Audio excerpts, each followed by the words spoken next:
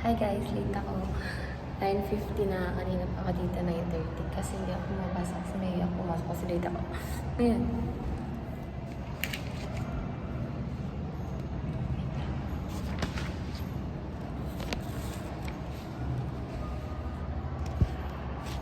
Ayan yung room namin.